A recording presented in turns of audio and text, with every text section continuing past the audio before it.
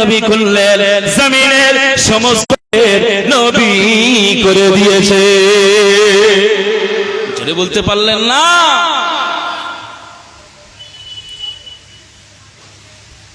জেনেদের নবী, জেনেদেরও নবী, আমাদের নবী। এটা গর্বের বিষয়, এটা আমাদের জন্য প্রাউড, আমরা গর্বিত। আম্মা জান আমেনা রাদিয়াল্লাহু তাআলা আনহা বলছেন, যখন আমার গর্ভে ছিল তো সেই সময় আমার মাঝে মাঝে বলতো, গায়েবী আওয়াজ এসে সতর্ক করা হতো যে আমেনা, তোমার গর্ভের যে বাচ্চাটা আছে এই বাচ্চাটাকে সংরক্ষণ করে রাখবে, এমন কিছু যেন না হয়ে যায় তোমার পেটের বাচ্চাটার কোনো ক্ষতি হয়, এইটা যেন না হয়। আমেনা রাদিয়াল্লাহু তাআলা আনহা মাঝে মধ্যে একটু ভীতু হয়ে যেত, একটু চিন্তিত হতে হতে। আবার গায়েবী আওয়াজ এসে মা আমেনাকে সান্ত্বনা দেওয়া হতো যে চিন্তিত হওয়ার কোনো কারণ নাই, দুঃখ করার কোনো কারণ নাই, টেনশন করার কোনো কারণ নাই।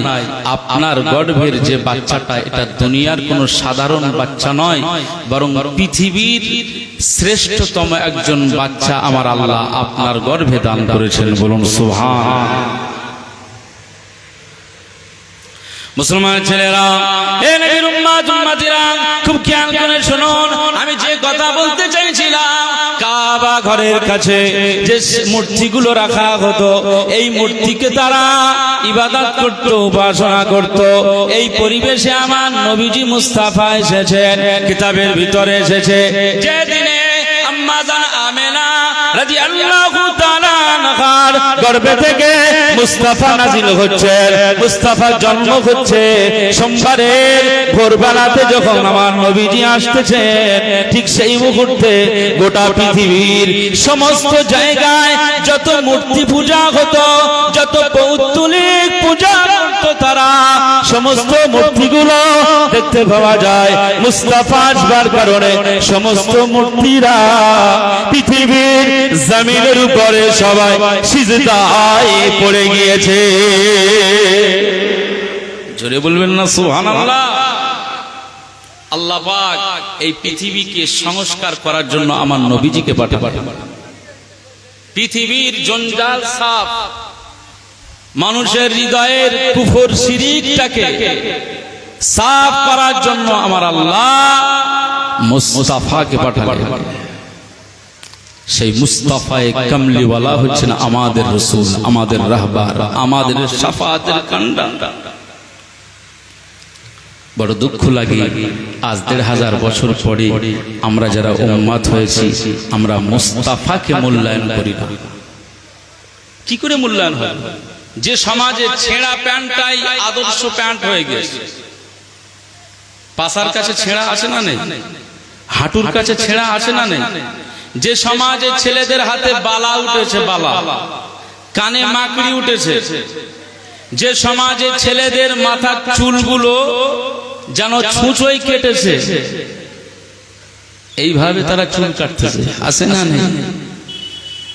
যে সমাজে ছেলেদের হাতের মোবাইলের পাবজি আর ফ্রি ফায়ার সেকেন্ড হয়, মিস হয় না, এই সমাজে মুস্তাফাকে মূল্যায়ন করা অনেক কঠিন ব্যাপার হয়ে দাঁড়িয়েছে।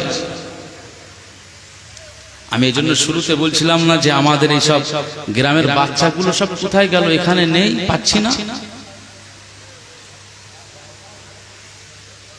হ্যাঁ, মিলাদ, রাসূলুল্লাহর আদর্শ আজ কারা শিখবে? হ্যাঁ, অন্য পাড়া থেকে এসে শিখবে। আমার পাড়ার, আমার গ্রামের, আমার মহল্লার, আমার ছেলে, তারা যদি আদর্শ না শেখে তো কারা শিখবে?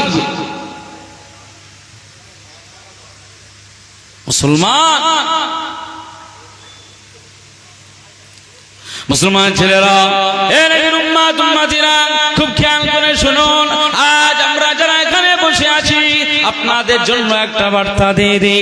আল্লাহ নবী পাক সাবানে জানিয়ে দিয়েছে, আদিবু আওলাদাকুম আলা সালাসি খিসাল। আল্লাহ নবী পাক সাবানে জানিয়ে দিয়েছে, এ আমার সাহাবীরা, এ আমার জাতি, এ আমার জনগণেরা, এ আমার উম্মতিরা, আমি রাসূলুল্লাহ সাল্লাল্লাহু আলাইহি ওয়াসাল্লাম জানিয়ে দিলাম, আদিবু আওলাদাকুম আলা সালাসি খিসাল। আমি রাসূলুল্লাহ সাল্লাল্লাহু আলাইহি ওয়াসাল্লাম জানিয়ে দিলাম, অবশ্যই তোমরা গার্জিয়ান যারা, তোমাদের জন্য আমি সতর্কতা জারি করলাম। অবশ্যই আমার আল্লাহ তোমাদেরকে গার্জিয়ান বানালো, তোমাদেরকে অভিভাবক বানিয়ে দিল। তোমাদের ঘরে যে বাচ্চাগুলো জন্ম নিচ্ছে, এই বাচ্চাগুলো আমার আল্লাহ তোমাদের জন্য দান করে দিয়েছে। আমি রাসূলুল্লাহ সাল্লাল্লাহু আলাইহি ওয়াসাল্লাম জানিয়ে দিলাম, আমার পক্ষ থেকে এই বার্তাটা শুনে তোমরা পালন করার চেষ্টা করবে। আল্লাহ নবী বললেন, তোমার বাচ্চা জন্মের পরে পরে ওই বাচ্চাগুলোকে কিভাবে তোমরা বড় করবে আমি রাসূলুল্লাহ একটু বলে দেই। আল্লাহ নবী বললেন, তোমরা 1-1.5 বছর 2 বছর পর্যন্ত বাচ্চাকে অনেক দুধ খাওয়াবে, অনেক প্রোটিন যুক্ত খাবার খাওয়াবে। এরপরে ওই বাচ্চা যখন আম্মা আম্মা বলা শিখে যাবে, আব্বা আব্বা বলা শিখে যাবে, দাদা দাদা দাদা দাদা দাদা করবে, নানা নানা নানাজি বলবে, এই অবস্থায় আমি রাসূলুল্লাহ সাল্লাল্লাহু আলাইহি ওয়াসাল্লাম জানিয়ে দিলাম, ওই বাচ্চাটা যখন এই অবস্থায় কথা বলা শিখতে চাইবে, কথা বলা শিখে যাবে, এই অবস্থায় আমি রাসূলুল্লাহ সাল্লাল্লাহু আলাইহি ওয়াসাল্লাম জানিয়ে দিলাম, অবশ্যই তোমার বাচ্চাদের জবানে আল্লাহ বলা শিখিয়ে দেবে। কি বলা শেখাবে? আল্লাহ। আল্লাহু আকবার। আম্মা জান হালিমা রাদিয়াল্লাহু তাআলা আনহা বর্ণনা করছেন, যেহেতু মা হালিমা রাদিয়াল্লাহু আনহা তো মক্কা শহরে এসেছিলেন, বাড়ি কোথায়? বাড়ি কোথায়? আম্মা জান হালিমা হুজুরের বাড়িটা কোন জায়গায়?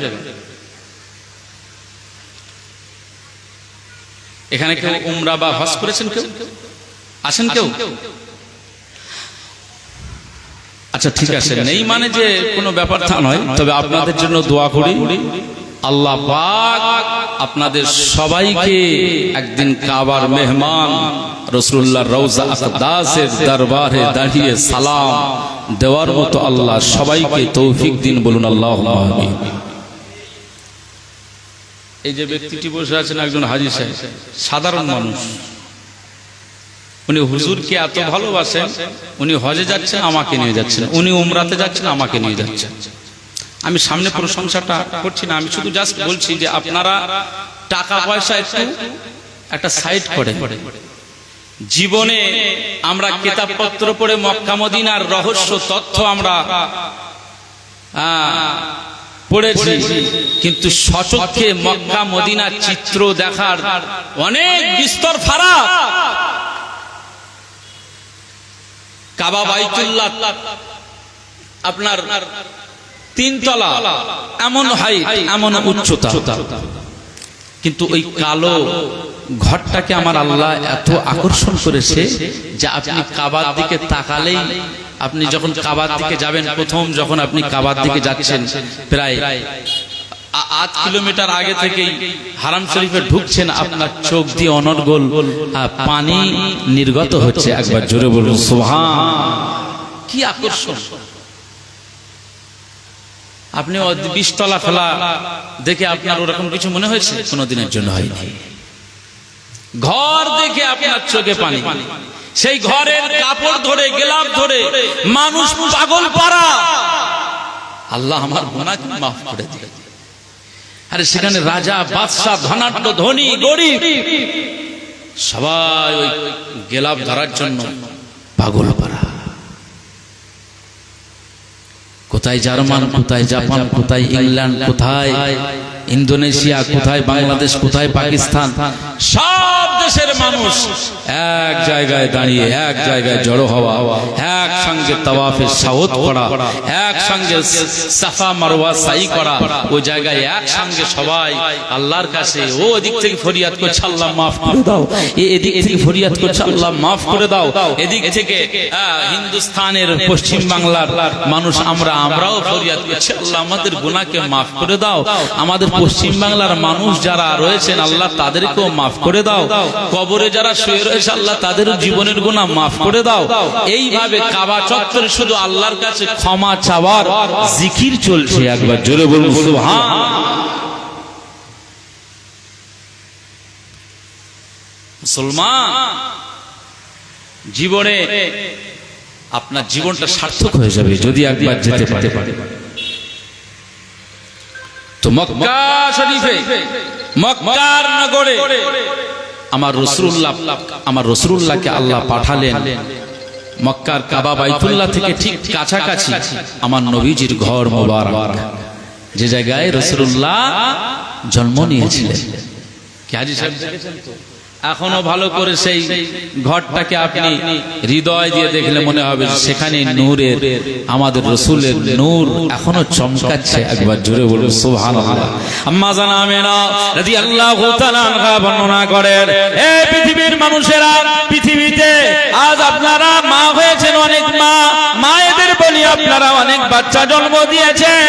পৃথিবীর মানুষরা শুনে রাখো, না না না না, আমি আমেনা আজ এমন একটা বাচ্চা জন্ম দিলাম, আমি আমেনা রাদিয়াল্লাহু আনহা জানিয়ে দিলাম আল্লাহ পাক আমার গর্ভে থেকে এমন একটা বাচ্চাকে আমার আল্লাহ নাজিল করে দিলেন। এই বাচ্চাটাকে আমার আল্লাহ কি আজমত দিয়েছেন, কি সম্মান দিয়েছেন। বাচ্চা যখন আমার গর্ভে থেকে জমিনে নাজিল হচ্ছে, যখন নাজিল হয়ে গেল আমার ঘরটা অন্ধকার ছিল, আমার ঘরটা অন্ধকারময় ছিল। আমি আমেনা রাদিয়াল্লাহু তাআলা আনহা সেই সময় দেখতে পাই মুহাম্মাদুর রাসূলুল্লাহ আমার বাচ্চা ভূমিষ্ঠ হওয়ার সাথে সাথে তার পেশানির জ্যোতিতে, নূরের আলোতে আমার ঘরটা আলো হয়ে গিয়েছে। কাবা থেকে কাছাকাছি বাড়ি। আম্মা জান আমেনা রাদিয়াল্লাহু তাআলা আনহার ওই বাড়িটা এখন মাকতাবা হয়েছে, লাইব্রেরি হয়েছে। আর ওর পাশে একটা ঘর ছিল, সেটা হচ্ছে আবু জাহাল। এই আবু জাহালের বাড়িটা এখন সরকার কি করেছে, বিশ্বের সমস্ত উম্মাতে মুহাম্মাদি রাসূলুল্লাহর সমস্ত উম্মাত এই জাতির জন্য ওই জায়গাটা, যেহেতু সে কুখ্যাত ছিল, দুর্ধর্ষ একজন কুখ্যাত নেতা ছিল আরবদের, এই আবু জাহাল রাসূলুল্লাহর উপরে যা দুশমনি করেছে এমন দুশমনি কেউ করেনি। তাই ওই কুখ্যাত আবু জাহালের বাড়িটা এখন কয়েক হাজার টয়লেটের বাড়ি করে দিয়েছে। সমস্ত উম্মাতেরা সেই জায়গায় গিয়ে এখন আবু জাহেলের বাসস্থান, সেই বাড়িটায় সব টয়লেট করে চলে আসে। বলুন সুবহানাল্লাহ। কারণ পৃথিবীর জমিনে যারা আমার নবীকে কষ্ট দিয়েছে, আমার রাসূলকে যারা কষ্ট দিয়েছে, আরে পৃথিবীর মানুষ হয়তো সহ্য করে, কিন্তু আমার আল্লাহ সহ্য করেননি। একবার জোরে বলবেন না সুবহানাল্লাহ। কুরআনুল কারীমের সূরা আহজাব সম্ভবত 57 নম্বর আয়াত, 57 নম্বর আয়াতে আমার আল্লাহ পাক বলে দিয়েছেন, ইন্নাল্লাযীনা ইউযুনাল্লাহা ওয়া রাসূলাহু লা'আনাহুমুল্লাহু ফিদ দুনিয়া ওয়াল আখিরাহ ওয়া লাহুম আযাবুম মুহিন। একবার জোরে বলুন সুবহানাল্লাহ। মুম্বাইতে একজন আমাদের অন্য দলের, অন্য ধর্মের একজন পুরোহিত, তার কথা সাপোর্ট করেছে একজন বিজেপি নেতা। তো সেটা নিয়ে বাংলাদেশ সহ আমাদের ভারতবর্ষের বিভিন্ন জায়গায়, বিশেষ করে মুম্বাইতে ইমতিয়াজ জলিল বলে একজন ব্যক্তি, তিনি যেভাবে আন্দোলন শুরু করেছেন তা দেখলে গর্বে বুক ভরে যায়। রাসূলুল্লাহর নামে কটূক্তি করেছে, মুস্তাফার শানে সে কটূক্তি করেছে, মুস্তাফার চরিত্র সম্পর্কে কথা বলেছে। মুসলমান, পৃথিবীর ইতিহাস ঘাটুন, আপনি মাইকেল এইচ হার্টকে দেখুন, মহাত্মা গান্ধীর বক্তব্য শুনুন, আপনি এইভাবে জন মুরকে দেখুন, ইতিহাস বিখ্যাত যারা রাইটার ছিলেন তাদের বক্তব্য আপনারা শুনুন, তাদের কমেন্টস দেখুন। রাসূলুল্লাহ সম্পর্কে তারা অন্তত এই কথাটা বলেছে, মুহাম্মদ সাল্লাল্লাহু আলাইহি ওয়াসাল্লাম একজন অভাবী ব্যক্তি ছিল, মুহাম্মদ সাল্লাল্লাহু আলাইহি ওয়াসাল্লাম একজন এতিম ছিল, মুহাম্মদ সাল্লাল্লাহু আলাইহি ওয়াসাল্লাম একজন কি বলা বলা যায় যে তিনি একজন গরিব ঘরের সন্তান ছিল, কিন্তু মুহাম্মদ সাল্লাল্লাহু আলাইহি ওয়াসাল্লামের চরিত্র নিয়ে কথা বলা যাবে না। তার চরিত্রটাকে এত শ্রেষ্ঠত্ব পেয়েছি, চরিত্রের মধ্যে এত মাধুর্য পেয়েছি, চরিত্র এত ফ্রেশ পেয়েছি। তো মাইকেল এইচ হার্ট বলছে আমার দ্য 100 এই বইতে 100 জন মহামনীষীদের নাম লিখেছে। 100 জন মহামনীষীদের নাম নির্বাচন করতে যে কাকে প্রথম রাখা যায়, মাইকেল এইচ হার্ট বলছে যে চরিত্রের দিকে নির্বাচন করে আমি পেয়েছি মা আমিনার বেটা হযরত মুহাম্মদ মুস্তাফা সাল্লাল্লাহু আলাইহি ওয়াসাল্লামের মতো চরিত্র আর পৃথিবীর কাউকে পায়নি। একবার জোরে বলুন সুবহান। তাকে ওই বইতে প্রথম স্থান দিয়েছেন। আল্লাহ পাক কোরআনুল কারীমে বলছেন ইন্নাল্লাযীনা ইউযুনাল্লাহা ওয়া রাসূলাহু, যারা আমি আল্লাহকে কষ্ট দেয়, যারা আমার রাসূলকে কষ্ট দেয়, তো লাআনাহুমুল্লাহ ফিদ দুনিয়া ওয়াল আখিরাহ, দুনিয়া আর আখিরাতে দোনো জায়গায় আল্লাহর পক্ষ থেকে অভিসম্পদ রয়েছে। একবার জোরে বলুন সুবহানাল্লাহ। আল্লাহর পক্ষ থেকে লানত রয়েছে। একবার বলুন সুবহানাল্লাহ। ওয়ালাহুম আযাবুম মুহিন, আল্লাহ পাক বলছেন যারা আমার রাসূলকে কষ্ট দেয়, রাসূলকে কষ্ট দেওয়া মানেই তো আমি আল্লাহ আমাকে কষ্ট দেওয়া। একবার বলবেন না সুবহানাল্লাহ। তাদের জন্য লাহুম আযাবুম মুহিন, এমন শাস্তির ব্যবস্থা আমি আল্লাহ রেখেছি যে তারা কল্পনাই করতে পারবে না এমন শাস্তি। জিজ্ঞেস করুন আল্লাহর লানত দুনিয়াতে কেমন আছে? আবু জেহেল আজ মরেও শান্তিতে নেই। আবু জেহেল মরেও শান্তিতে নেই। বদরের পথে যেতে বদরের যে শহীদানদের কবর মোবারক, সাহাবায়ে কেরামদের কবর মোবারক, রওজা, 14 জন সাহাবী সেখানে শহীদ বরণ করেছিল। রাসূলুল্লাহ সাল্লাল্লাহু আলাইহি ওয়াসাল্লাম যে জায়গা থেকে বদরের নেতৃত্ব দিয়েছিল, সেই জায়গাটা এখন, যে জায়গাটায় তাবু গেড়েছিল, সেই জায়গাটা এখন মসজিদে আরিশ হয়েছে, মসজিদ হয়েছে। একবার বলুন সুবহানাল্লাহ। ওই মসজিদে মাগরিবের নামাজ পড়ে আমরা, হাজী সাহেব জিজ্ঞাসা করুন যে আমাদেরকে বললো যে এখানে একটা জায়গা দেখাচ্ছি চলো, যেখানে আবু জেহেল হত্যা হয়েছে। তো সেই আবু জেহেল যেখানে হত্যা হয়েছিল আমরা সেখানে গিয়ে দেখতে পেলাম, বলছে এই জায়গাটা অভিশপ্ত একটা জায়গা, লানতের একটা জায়গা। তা সত্যি তাই, আবু জেহেল মরেও শান্তি। মুসলমান ছেলেরা, হে নবীর উম্মত উম্মতিরা, খুব খেয়াল করে শুনুন, আল্লাহ নবীর চাচা, তবে এটা নিজের চাচা নয়, এটা গ্রাম্য চাচা, এটা মহল্লার চাচা, এটা পাড়ার চাচা ছিল আবু জাহাল, যিনি মক্কার লিডার ছিলেন। আবু জাহালের যে জায়গাটা হত্যা করা হয়েছিল, যে জায়গায় তাকে নিহত করে দেওয়া হয়েছে, ওই জায়গাটা মসজিদ আরিশের পাশে। আমরা দেখতে গেলাম, আমরা লক্ষ্য করেছি, শুধু আমরা নয়, অনেক বাসে করে হাজী সাহেবরা সেখানে গিয়েছে। মাগরিবের নামাজের পরে গিয়ে দেখি অন্যান্য হাজী সাহেবরা সব পাথরের টুকরা তুলেছে, ইটের টুকরা তুলেছে, পাথরের টুকরা তুলেছে, তুলাবালিগুলো তুলে নিয়ে সব হাজী সাহেবরা আবু জাহালকে লক্ষ্য করে সব মারতেছে, আজও মারতেছে। আপনি এখন মদিনাতে গিয়ে দেখতে পাবেন, ওই জায়গায় এই সমস্ত হাজী সাহেবরা গিয়ে এই ঢিলগুলো ছুঁড়ে ছুঁড়ে মারে। কারণ হলো সবাই যখন মারতেছে এই কথা সবাই বলছে, এ আল্লাহ নবীর দুশমন, আমার মুস্তাফা যে কি কষ্ট দিয়েছিস, আমার রাসূলুল্লাহকে কি কষ্ট দিয়েছিলিস, কি যন্ত্রণা দিয়েছিলিস, তুই যে আমার নবীকে এত কষ্ট দিয়েছিলিস। আল্লাহ নবী যেদিনে কাবা বাইতুল্লাহতে নামাজে রয়েছে, সিজদাতে রয়েছে, এই আবু জাহাল ওই দিনে আমার রাসূলুল্লাহ সিজদা অবস্থায় তার পিঠের উপরে মোটা মরা উটের ভুঁড়ি চাপিয়ে দিয়েছিলিস। আমার নবীজি কত কষ্ট পেয়েছিল, আমার মুস্তাফা কত কষ্ট পেয়েছিল। এ নবীর উম্মত উম্মতিরা, সেদিনে আম্মা জান ফাতেমা বাড়িতে কাজ করছেন, এমন সময় আওয়াজ হলো, এই ফাতেমা রাদিয়াল্লাহু তাআলা আনহা, কোথায় রয়েছো মা? আজ যাও, চলে যাও কাবা চত্বরে চলে যাও, আজ কাবা বাইতুল্লাহ শরীফের সামনে আজ তোমার আব্বা জান আল্লাহর নামাজে মশগুল, আল্লাহর সিজদাতে মশগুল। এই অবস্থায় রাসূলুল্লাহর পিঠের উপরে আবু জেহেল নামক ওই ব্যক্তিটি মরা উটের ভুঁড়িটা তোমার আব্বা জানের পিঠে চাপিয়ে দিয়েছে। এই অবস্থায় না না আশেপাশে কেউ নাই, মা ফাতেমা এই কথাটা শুনে কাঁদতে কাঁদতে কাঁদতে কাঁদতে কাবা চত্বরে চলে এসেছে। কাবা বাইতুল্লাহর কাছে চলে এসেছে আম্মা জান ফাতেমা রাদিয়াল্লাহু তাআলা আনহা সেই সময় আব্বা জানের পিঠ থেকে চোখের পানি ফেলতে ফেলতে ওই পিঠ থেকে মরা উটের ভুঁড়িটাকে সরিয়ে দেয়। মরা উটের ভুঁড়িটা সরিয়ে দিয়ে আবু জাহেল উতবা সাইবা এদের দিকে লক্ষ্য করে বললেন ফাতেমা। ফাতেমা ওই সময় আওয়াজে বললেন, এ মক্কার আবু জাহেল উতবা সাইবারা, আমার আল্লাহ আমার আব্বা জানের কি অপরাধ রয়েছে? আমার আব্বা জান জীবনে আপনাদেরকে কোনোদিন গালি দেয়নি, আমার আব্বা জান জীবনে আপনাদের গায়ে কোনো কাকর ঝরেনি, আমার আব্বা জান জীবনে আপনাদের কোনো নিন্দা করেনি। একটা সময় আমার আব্বা জানকে আপনারাই আল আমিন বলে দিয়েছিলেন।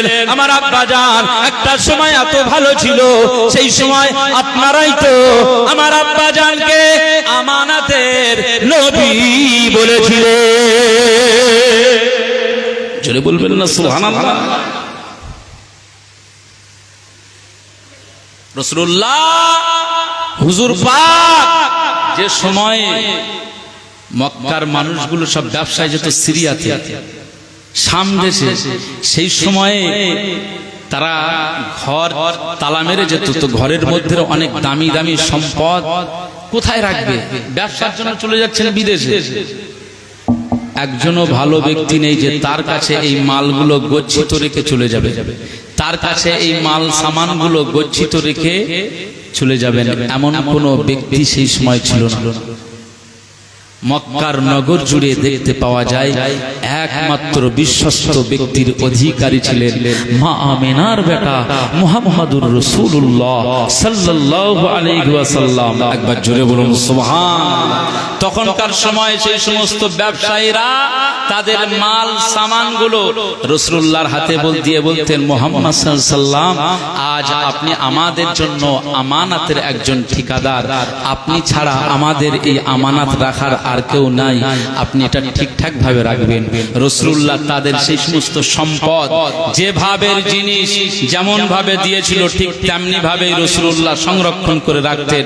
ব্যবসা থেকে আবার সেই ব্যবসায়ীরা যখন মক্কাতে ফিরতেন, এসে আমাদের নবীজির কাছে এসে বলতেন, মুহাম্মদ সাল্লাল্লাহু আলাইহি ওয়াসাল্লাম আমরা এই 2-4 মাস পরে ফিরে আসলাম, আপনার কাছে যে আমানাতটা রেখেছিলাম সেটা কোথায়?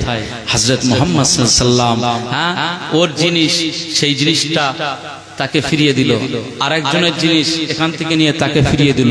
যেমন জিনিস তারা রেখেছিলেন ঠিক তেমনি ভাবেই রাসূলুল্লাহ তাদের হাতে আবার সেইভাবে তুলে দিলেন। একবার জোরে বলুন সুবহানাল্লাহ। মুসলমান ছেলেরা, এ নবীর উম্মত উম্মতিরা, খুব খেয়াল করে শুনুন, আল্লাহ নবী দিন ও দুনিয়ার বাদশা হাবিবুল্লাহকে, নবী জনাবে মুহাম্মদুর রাসূলুল্লাহকে সাল্লাল্লাহু আলাইহি ওয়াসাল্লাম হুজুরে পাককে সেই সময়ের মানুষগুলো আল আমিন বলেছিল, সত্যবাদী বলেছিল, আমানাতের নবী বলেছিল। এ নবীর উম্মত উম্মতিরা, আম্মা জান ফাতেমা রাদিয়াল্লাহু তাআলা আনহা আবু জাহালদের দিকে তাকিয়ে বললেন, আমার আব্বা জান জীবনে কাউকে কষ্ট দেয়নি, আমার আব্বা জান জীবনে কারোর ঘরে আঘাত করেনি, কারো জমিতে আঘাত করেনি, আমার আব্বা জান জীবনে আপনাদের গালি দেয়নি, আপনাদের নিন্দা করেনি। যতদিন এই মক্কাতে তিনি আছেন ততদিন মানুষকে ভালো কাজ করেছেন। আজ আমার আব্বা জান আপনাদের তো কোনো কষ্ট দেয়নি, তিনি তার মালিকের খুশি করার জন্য কাবা বাইতুল্লাহতে এসে নামাজ আদায় করেন, কাবা বাইতুল্লাহর কাছে এসে সিজদা দেন, কাবা বাইতুল্লাহর কাছে এসে সুবহানা রাব্বিয়াল আলা পড়েন। জোরে বলবেন না সুবহানাল্লাহ। বাবাজি, আমরা যারা এখানে বসে রয়েছি, আমাদের নবীজির নাম কি?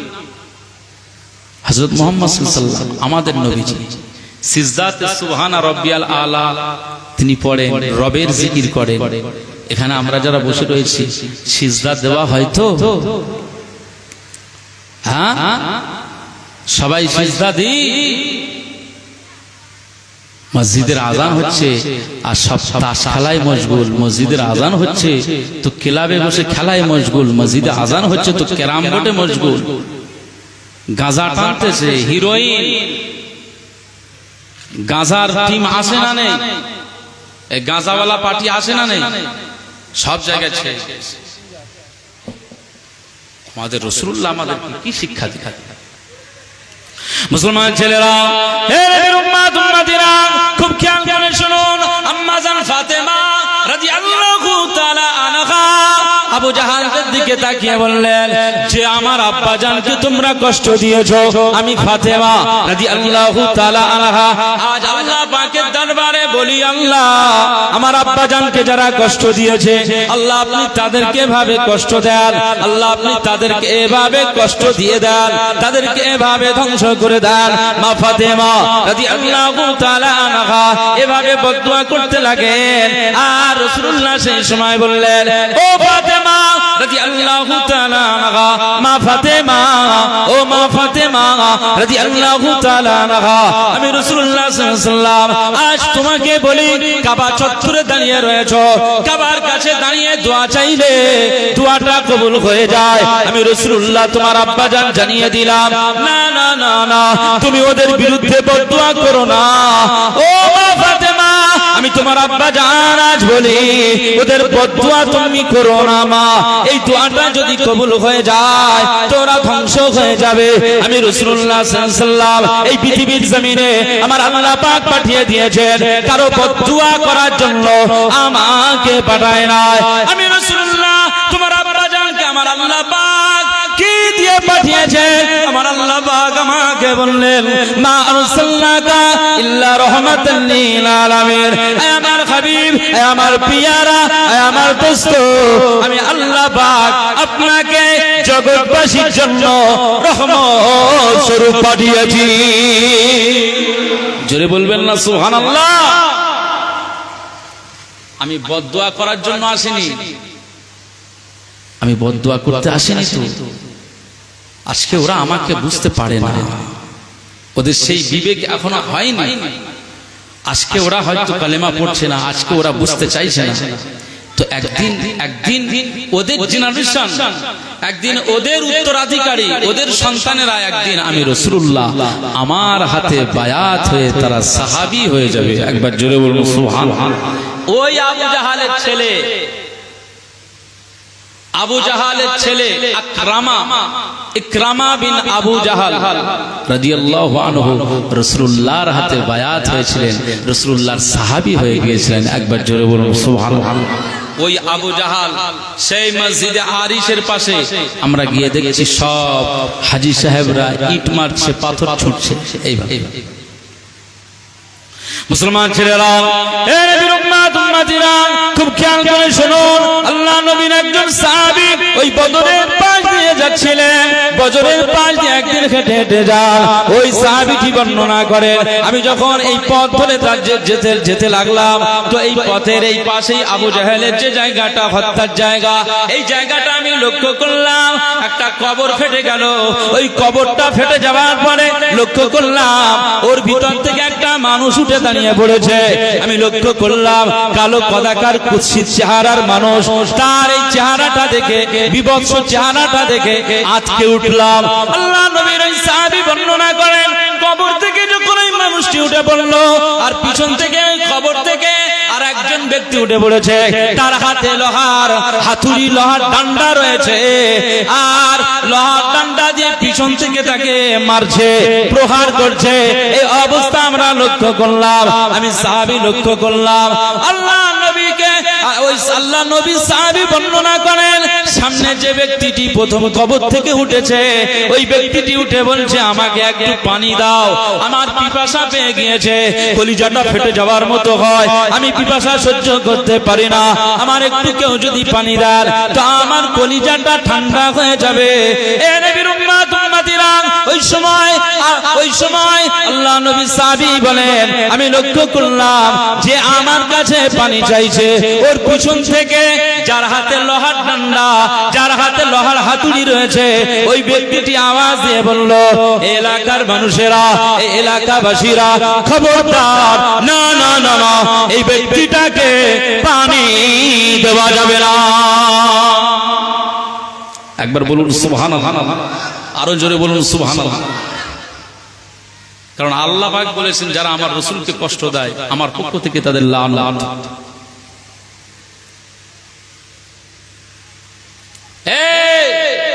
একে পানি দেওয়া যাবে না। আমি লক্ষ্য করছি যে সে চিৎকার দিচ্ছে যে আমি কবরের আযাব সহ্য করতে পারি না, কবরের আযাব সহ্য করতে পারি না। মুসলমান, সবার একদিন কবরে যেতে হবে না? এখানে আমরা যারা বসে রয়েছি, জীবনে কত গাড়ি চেপেছি, কত কিছু চেপেছি, কত কিছুতে উঠেছি, এয়ারপোর্টে গেলাম, প্লেন চাপলাম, একদিন আমাদের এই খাটিয়ায় উঠতে হবে। সেদিন সবাই কাঁধে করে ছেলে, এখন তো আর সেই ছেলেরা নাতিরা আর কাঁদে না, বুড়ো মরে গেছে মানে আর দরকার নেই, জলাঞ্জলি শেষ হয়েছে। বাড়িতে বেশ ঝামেলা চলছিল, আজ মারা গেছে মানে আমাদের সব ঝামেলা ঝঞ্ঝাট আজ রিলিজ হয়েছে, কাঁদার দিন আর নেই। এখন আরো একটা সিস্টেম হয়েছে, ইন্তেকালের পরে এত পরিমাণে সব আত্মীয় পরিজনরা খাওয়ানোর ব্যবস্থা করেছে। এখন মানে নতুন নতুন পোশাক কিনতে হচ্ছে, যে বাপ মারা যাওয়ার পরে নতুন পোশাক কিনে কুটুম বাড়ি যাওয়ার জন্য যেন ঈদ পালন হচ্ছে। একটু মনে যে একটা ব্যথা বেদনা, আব্বা চলে গেল আর জীবনে আব্বা বলে ডাকতে পারবো না। মুসলমান, একদিন আমাদের ওই কবরে যেতে হবে, কবরের চিন্তাটা করতে হবে। মুসলমান ছেলেরা,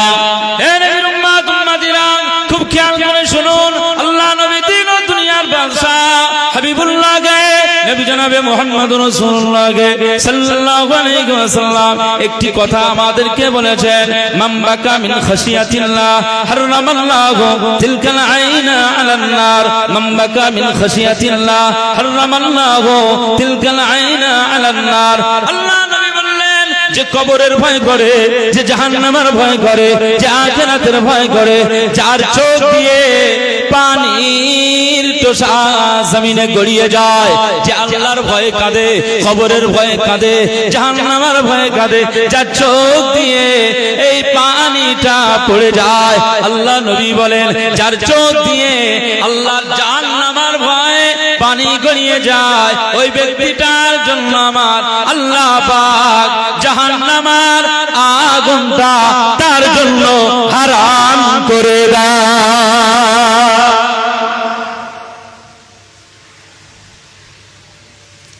কবরের চিন্তা করতে হবে।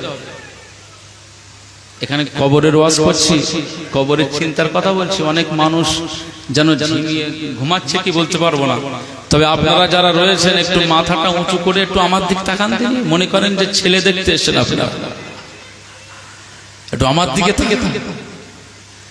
আমাদের বিয়ে শাদী হয়ে গেছে, তবে হ্যাঁ, দেখাশোনার দিনে কিন্তু একটা ভয় একটা লাগে, যতই পুরুষ হয়ে যাই হয়, 10 জনের সামনে দাঁড়ানোটা একটা ভয় লাগে, একটা পরীক্ষা আলাদা। মুসলমান, ঝিমিয়ে থাকলে হবে না, ঝিমানো ইসলাম না, ইসলাম কংক্রিট স্ট্রং। আপনার ইসলাম এরকম ঝিমানো নয়,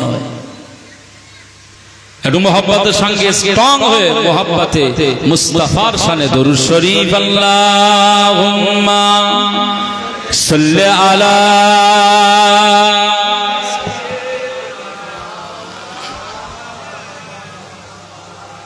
ওয়া আলা আলি সাইয়্যিদিনা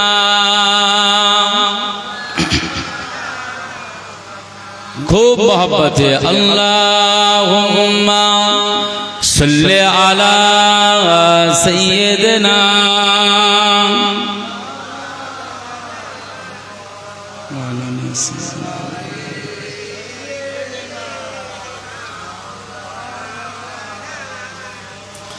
কতটা মনের গহীনে তুমি করে নিয়েছো ঠাই, কতটা মনের আবেশে তোমারই নাত গে যায়। তুমি আমার আলোকমালা, তুমি আমার আলোকমালা, তুমি তো সাধনা। মুহাম্মাদুন মুহাম্মাদুন মুহাম্মাদুন নবিয়ুনা দরুদ সালাম হাজার তোমায়, তুমি শাফিউনা কতটা মনের গহীনে তুমি করে নিয়েছ ঠাঁই, কতটা মনের আবেশে তোমারই গান গেয়ে যায়। তুমি আমার আলোকমালা, তুমি আমার আলোকমালা, তুমি তো সাধনা। মুহাম্মাদুন মুহাম্মাদুন মুহাম্মাদুন নবিয়ুনা, দরুদ সালাম হাজার তোমায়, তুমি শাফিউনা। কতটা মনের গহীনে তুমি করে নিয়েছ ঠাঁই, মনের দহলিজে চর্চা তোমার, তোমার প্রেমের রাগ। মনের দহলিজে চর্চা তোমার, তোমার প্রেমের রাগ। খোদার প্রিয় হতে শাফাআত পেতে আমি তোমার প্রেমের মুহতাজ। বলুন না সুবহানাল্লাহ। মনের দখলিজে চর্চা তোমার, তোমার প্রেমের রাত। খোদার প্রিয় হতে শাফাআত পেতে আমি তোমার প্রেমের মুহতাজ। তুমি আমার হাজার কথা, তুমি আমার হাজার কথা, শ্রেষ্ঠ আলোচনা। মুহাম্মাদুন মুহাম্মাদুন মুহাম্মাদুন নবিয়ুনা, দরুদ সালাম হাজার তোমায়, তুমি শাফিউনা। কতটা মনের গহীনে তুমি করে নিয়েছ ঠাঁই, কতটা মনের আবেশে তোমারই গান গেয়ে যায়। তুমি আমার আলোকমালা, তুমি আমার আলোকমালা, তুমি তো সাধনা। মুহাম্মাদুন মুহাম্মাদুন মুহাম্মাদুন নবিয়ুনা। আল্লাহুম্মা সাল্লি আলা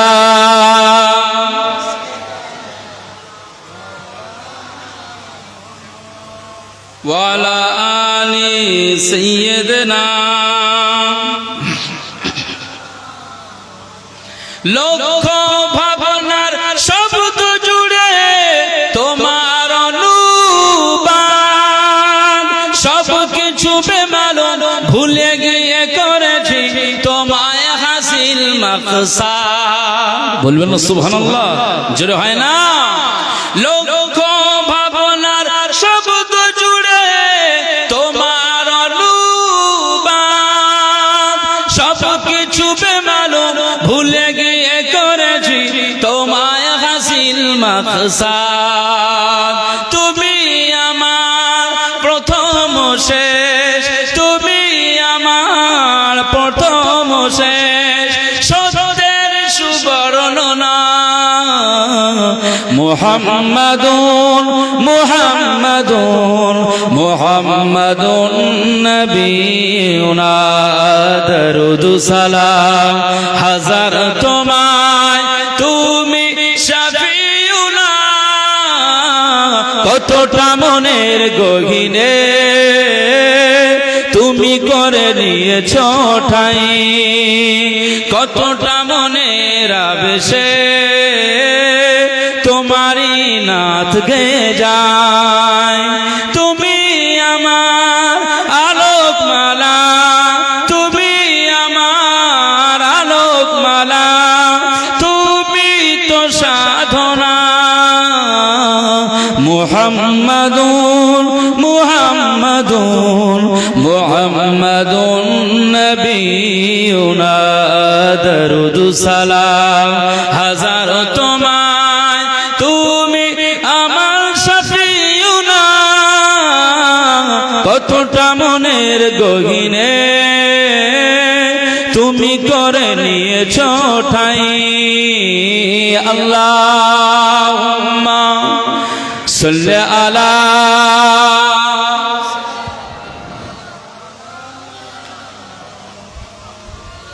ওয়ালা আলি সাইয়্যিদিনা।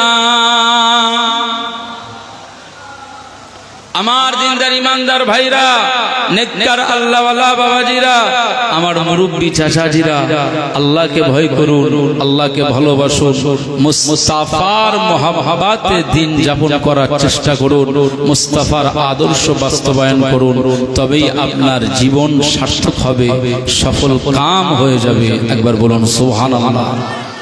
আজ এই পৃথিবীতে আমরা যারা রয়েছি, আমাদের একটাই আইডল মদিনাওয়ালা, আমাদের একটাই আইডল, একটাই মডেল, তিনি হচ্ছেন কামলিওয়ালা। একবার বলুন সুবহানাল্লাহ। রাসূলুল্লাহ বলে দিয়েছেন আমাকে ফলো করতে হবে, আমি ছাড়া আর কারো ফলো করা যাবে না। এটা আমার জন্য আল্লাহ খাস করে দিয়েছে। মুসলমান ছেলেরা, হে নবীর উম্মত উম্মতিরা, খুব খেয়াল করে শুনুন, আল্লাহ পাক তার হাবিবের মর্যাদাকে দিয়েছে। তিনি নিজে নিজেই বলছেন আমার আল্লাহ পাওয়ার দিয়ে দিয়েছেন, আমার আল্লাহ পাওয়ার দিয়ে দিয়েছেন। হাবিবুল্লাহ বলে দিচ্ছেন, হুজুর পাক বলে দিচ্ছেন, আল্লাহ নবী বললেন আনা সাইয়্যিদু ওয়ালাদি আদামা ইয়াউমাল কিয়ামাহ। আল্লাহ নবী বলছেন আমাকে আল্লাহ এই দরজা দিয়ে দিয়েছে, আনা সাইয়্যিদু ওয়ালাদি আদামা ইয়াউমাল কিয়ামাহ। কিয়ামতের ময়দানে আল্লাহ পাকের কোটি কোটি বান্দারা উঠবে, কিয়ামতের ময়দানে আল্লাহ পাকের কোটি কোটি বান্দা বান্দিরা উঠবে। আমি রাসূলুল্লাহ সাল্লাল্লাহু আলাইহি ওয়াসাল্লাম জানিয়ে দিলাম, আমাদের আদি পিতা আদম আলাইহিস সালাম থেকে আর কিয়ামত পর্যন্ত যত বান্দা বান্দি পৃথিবীতে আসবে, সব বান্দা বান্দিরা কিয়ামতের ময়দানে উঠে পড়বে। আমি রাসূলুল্লাহ সাল্লাল্লাহু আলাইহি ওয়াসাল্লাম জানিয়ে দিলাম, সমস্ত কোটি কোটি আদম সন্তানদের আমি নেতা হয়ে যাব।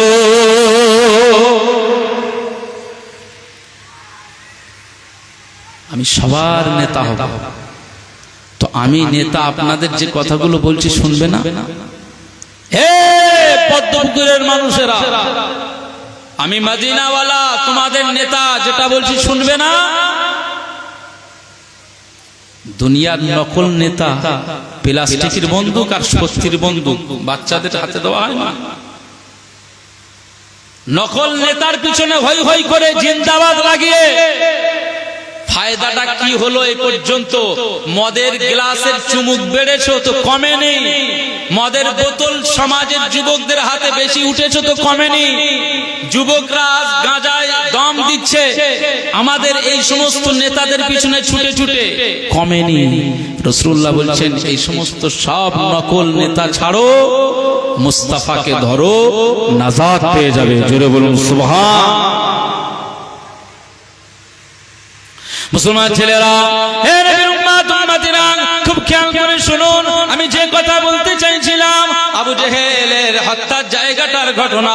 আল্লাহ নবী সাহাবী সেই সময় দেখতে পেলেন, ওই যে মানুষটি বলছেন আমাকে পানি দাও, আমি কলিজা ফেটে যাচ্ছে, আমার এই মুহূর্তে কলিজাটা ফেটে যাওয়ার মতো হচ্ছে, আমি তেষ্টা সহ্য করতে পারি না, কবরের যন্ত্রণা সহ্য করতে পারি না, কবরের আযাব আমি সহ্য করতে পারি না, আমাকে এক গ্লাস পানি দাও। আর পিছন থেকে আওয়াজ হয়, যার হাতে লোহার ডান্ডা, যার হাতে লোহার হাতুড়ি রয়েছে, ওই ব্যক্তিটি আওয়াজ দিয়ে বললেন, খবরদার নবীজির দুশমন, একে জীবনে এক গ্লাস নয়, এক ঢোকও কেউ পানি দিতে পারবে না। এভাবে আওয়াজ হয়, একে কেউ পানি দিতে পারবে না, এভাবে আওয়াজ হয়। কিছুক্ষণ পরে সাহাবীটি দেখতে পেলেন ওই মানুষটা যে কবর থেকে উঠে পড়েছিল, ওই কবরে তাকে পিছন থেকে আবার মেরে মেরে মেরে মেরে তাকে সেই কবরে আবার ঢুকিয়ে নেওয়া হলো, কবরে আবার ঢুকিয়ে নেওয়া হলো। এই দৃশ্যটা দেখে আমি মুস্তাফার দরবারে চলে গিয়েছি, আল্লাহ নবীর দরবারে চলে গেলাম। মুস্তাফা মুস্তাফার দরবারে গেলাম, মদিনার মসজিদে নববী শরীফে গিয়ে আল্লাহ নবীর কাছে গেলাম, আল্লাহ নবীকে লক্ষ্য করে সালাম জানালাম, আসসালাতু আসসালামু আলাইকা ইয়া রাসূলুল্লাহ, আসসালামু আলাইকা ইয়া হাবিবাল্লাহ। আজ একজন আপনার সাহাবী, নগণ্য একজন সাহাবী বদরের কাছ থেকে আপনার দরবারে হাজির হয়েছে। ইয়া রাসূলুল্লাহ, ইয়া হাবিবাল্লাহ, আজকে আমি একটা দৃশ্য লক্ষ্য করেছি, একটা বিষয় আমার চোখের সামনে ধরা পড়ে গিয়েছে। আজ আমি সেই দৃশ্যটা দেখে সেখান থেকে আমি একটু আতঙ্কিত হয়ে গেলাম, আমি বিষয়টা বুঝতে পারলাম না। আল্লাহ নবী সেই সময় বললেন, হে আমার সাহাবী, কি দৃশ্য তুমি দেখেছো? ওই সময় সাহাবীটি বলতে লাগলেন, ইয়া রাসূলুল্লাহ, ইয়া হাবিবাল্লাহ, আমি বদরের পাশ দিয়ে আসছিলাম, বদরের পাশ দিয়ে যখন আসছিলাম আমি লক্ষ্য করলাম একটা কবর থেকে একটা কালো কুৎসিত মানুষ উঠে পড়েছে, আর পিছনে আর একটা মানুষ, পিছনে আর একটা ব্যক্তি উঠে পড়েছে, তার হাতে লোহার ডান্ডা অথবা লোহার হাতুড়ি রয়েছে। আমি লক্ষ্য করলাম যে ব্যক্তিটি কবর থেকে উঠে পড়েছে, ওই ব্যক্তিটি চিৎকার দিয়ে বলছে, আমাকে এক গ্লাস পানি দাও, আমি কবরের আযাব সহ্য করতে পারি না, আমি কবরের এই কষ্টটা সহ্য করতে পারি না, আমার কলিজাটা ফেটে যাওয়ার মতো হয়, আমার কলিজাটা ফেটে যাচ্ছে, এক গ্লাস যদি পানি দিতে পারো তো এই মুহূর্তে আমার কলিজাটা ঠান্ডা হয়ে যাবে। পিছনের ব্যক্তিটি আওয়াজ দিয়ে বলল, কেউ একে পানি দিবে না, কেউ একে পানি দিতে পারবে না, কারণ এ নবীজির দুশমন, একে পানি দেওয়া যাবে না, আমার আল্লাহ এর জন্য পানি দেওয়া হারাম করে দিয়েছে। আল্লাহ নবীকে যখন এই কথাটা বলছেন, আল্লাহ নবীকে এই কথাটা জিজ্ঞাসা করছেন, ইয়া রাসূলুল্লাহ, ইয়া হাবিবাল্লাহ, বদরের কবর থেকে এই দৃশ্য আমি দেখতে পেলাম, আমি চিনতে পারলাম না, বিষয়টা বুঝতে পারলাম না। সেই সময়ে আল্লাহ নবী দিন ও দুনিয়ার বাদশা হাবিবুল্লাহ নবী জনাবে মুহাম্মদ রাসূলুল্লাহ সাল্লাল্লাহু আলাইহি ওয়াসাল্লাম সাহাবীকে লক্ষ্য করে বললেন, আয় আমার সাহাবী, আয় আমার সাহাবী, আমি রাসূলুল্লাহ সাল্লাল্লাহু আলাইহি ওয়াসাল্লাম জানিয়ে দিলাম ওই ব্যক্তিটা আসলে কে তোমরা জানো? না না না না, আজ আমি রাসূলুল্লাহ জানিয়ে দিলাম ওই ব্যক্তিটার নাম হলো আবু জাহল। বলুন না সুবহানাল্লাহ। আল্লাহ তার সে সারা জীবন আমার যা দুশ্মনী করেছে, সারা জীবন আমার যা কষ্ট দিয়েছে, সারা জীবন আমার যা কষ্ট দিয়েছে, আমার আল্লাহর পক্ষ থেকে তার লানত অনবরত সে কবরের ভিতরে কঠিন আযাবের মধ্যে লিপ্ত রয়েছে। ও ব্যক্তিটি উঠে পানি চাইছে।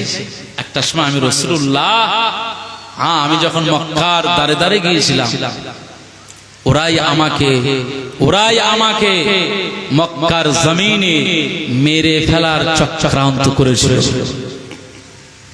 আজকে আমার আল্লাহ পাকে সহ্য হয় না, তারা হাবিবকে কষ্ট দিয়েছে, তাই তাকে এভাবে কষ্ট দেওয়া হচ্ছে। আজ আবু জেহেলের কবরে এইসব হাজী সাহেবরা গিয়ে দেখি ঢিল মারতেছে, মা আমরাও মেরে, আমরা মিনাতে গিয়ে কাপড় মারি, জামরাতে, জামরা আকাবা, জামরা উস্তা, জামরা সুগরা, তিনটে জায়গায় মিনাতে কাপড় মারি, কারণ শয়তান ইবলিস নবী ইসমাইল আলাইহিস সালামকে ধোঁকা দিয়েছিল তিনবার, তিন জায়গায়। এই তোর আব্বা তোকে নিয়ে যাচ্ছে কোথায় জানিস? তোর কল্লা উড়িয়ে দেবে, তোর গর্দান উড়িয়ে দেবে। তোর আব্বা জান আজকে কোন জায়গায় নিয়ে যাচ্ছিস? তিন জায়গায় ধোঁকা দিয়েছিল শয়তান ইবলিস।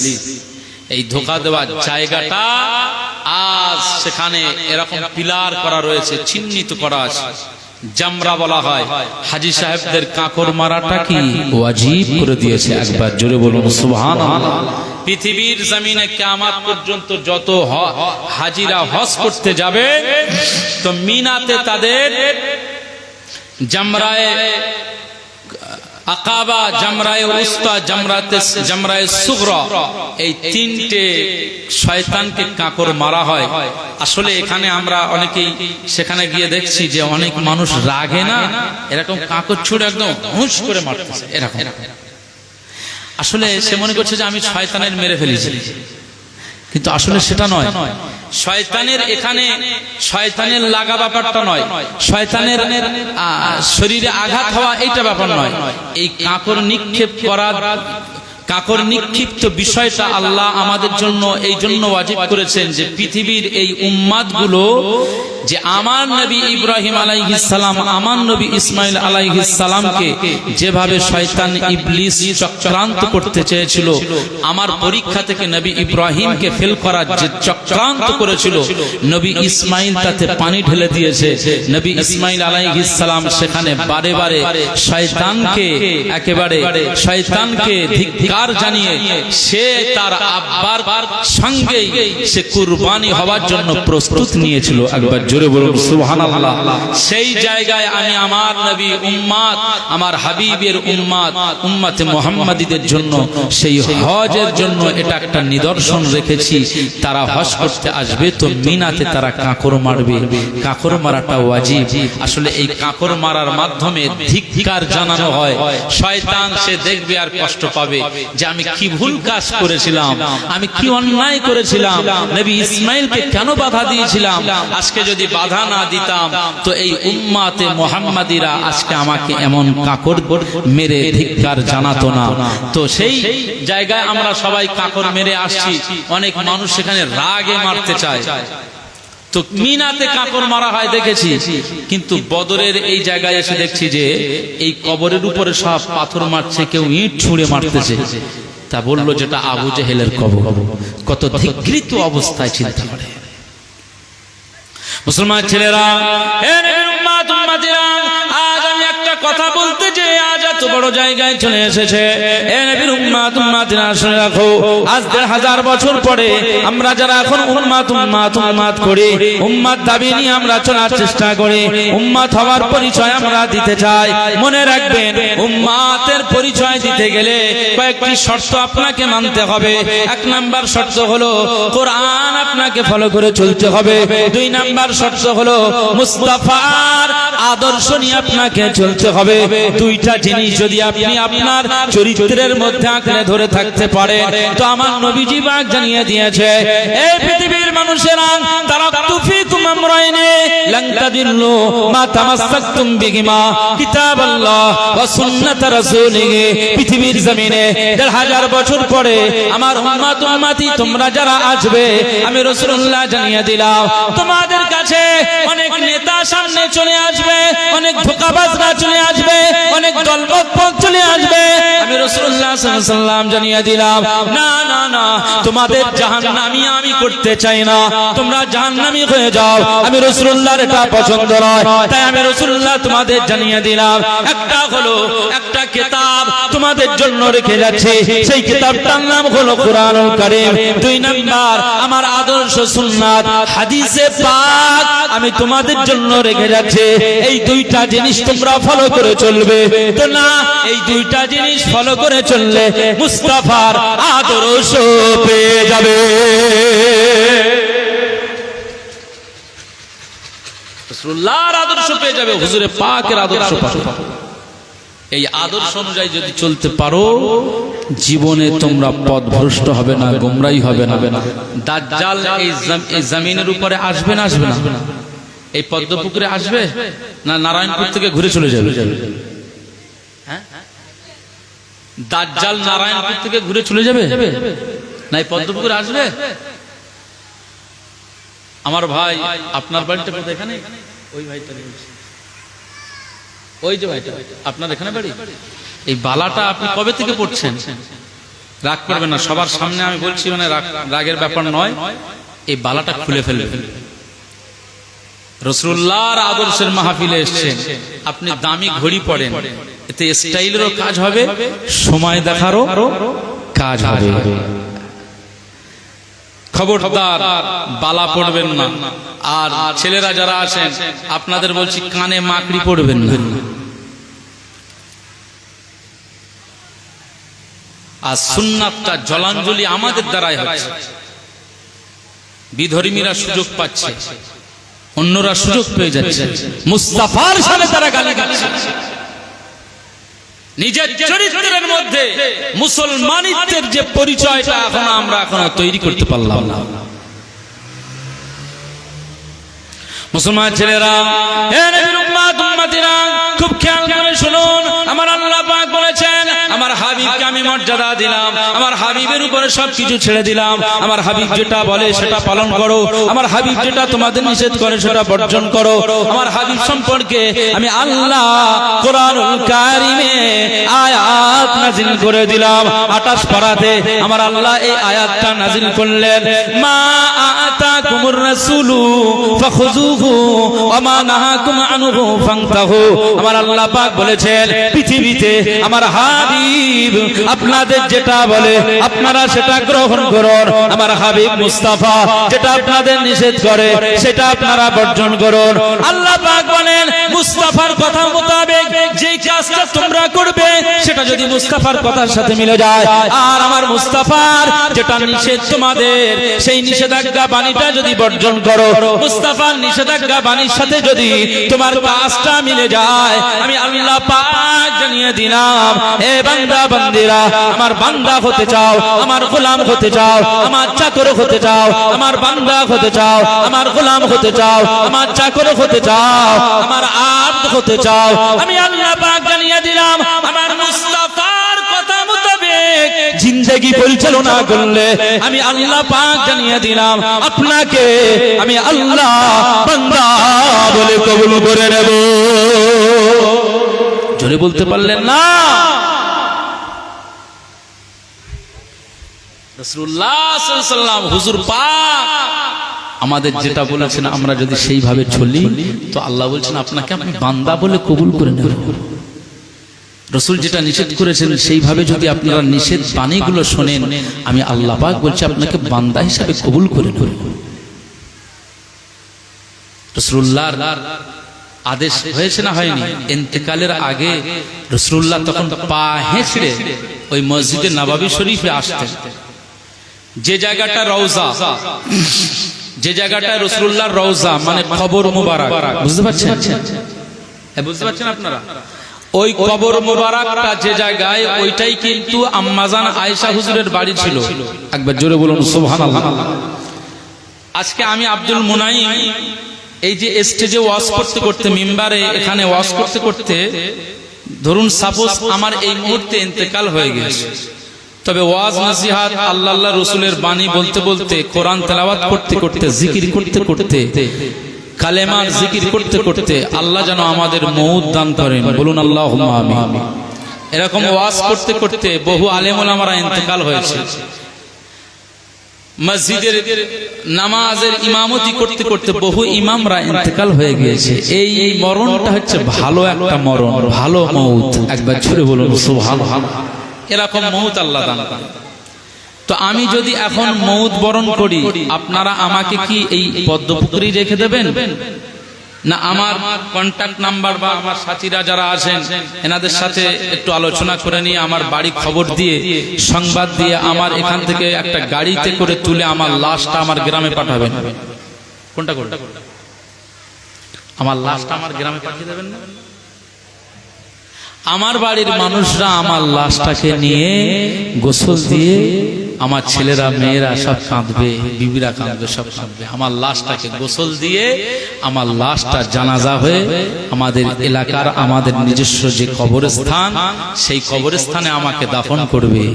আর যদি আমার সেখানে কবরস্থান না থাকে তো খাস কবরস্থান, যেখানে সবার লাওয়ারিস কবরস্থান যারে বলে, সেই জায়গায় সবাই যেমন দাফন হয় সেখানে দাফন হবে। কথা বোঝাতে পারছি? আপনারা যারা এখানে বসে রয়েছেন, ধরুন কারো এখানে ইন্তেকাল হলো, তো এখান থেকে আপনাকে উঠিয়ে নিয়ে বাড়ি নিয়ে যাবে, তো বাড়ি নিয়ে গিয়ে আপনাকে গোসল দিয়ে এই পদ্মপুকুর আপনার যেখানে কবরস্থান, আপনার জানাজা হয়ে সেই কবরস্থানে দাফন হবে। এটা আমাদের জন্য, এটা সাধারণদের জন্য, আর নবীদের জন্য আল্লাহ খাস করেছে। আমার মুস্তাফার জন্য আল্লাহ এটা খাস করে দিয়েছে। রাসূলুল্লাহ যেখানে ইন্তেকাল হবে, যেখানে যেখানে রূহটা কবজ হয়ে যাবে, যে জায়গাটাই হবে ওই জায়গাটাই তার জন্য রওজা হয়ে যাবে। একবার জোরে বলুন সুবহানাল্লাহ। মসজিদে নববী শরীফে যখন ইমামতি করতেন রাসূলুল্লাহ, ওই বাড়ি ওই ঘর থেকেই আর নববী শরীফে ঢুকতেন, ঘর থেকে ঢুকতেন, ওখান থেকেই আসতেন, ওখান থেকেই ইমামতির জায়গায় দাঁড়াতেন। আমরা চোখে দেখে এসেছি আলহামদুলিল্লাহ। মুসলমান ছেলেরা, খুব খেয়াল করে শুনুন, আমরা গিয়ে এই হাদিসটা এখনো লক্ষ্য করছি, সেখানে লেখা রয়েছে মা বাইনা মিম্বারি রাউদাতুন মির রিয়াদ, মা বাইনা বাইতি ওয়া মিম্বারি রাউদাতুন মির রিয়াদিল জান্নাহ। আল্লাহ নবী বললেন মসজিদে নববী শরীফের আমার এই মিম্বার আর আমার এই বাড়ি, অর্থাৎ যেটা রাসূলুল্লাহর রওজা হয়ে গিয়েছে, ওটা আগে বাড়ি ছিল। রাসূলুল্লাহ বলেছেন মা বাইনা বাইতি ওয়া মিম্বারি রাউদাতুন মির রিয়াদিল জান্নাহ, আমার বাড়ি আর মসজিদে নববীর এই মিম্বার এর মাঝখানটা, এই জায়গাটা আমি রাসূলুল্লাহ সাল্লাল্লাহু আলাইহি ওয়াসাল্লাম জানালাম, এই জায়গাটা হলো একটা জান্নাতেরই টুকরা।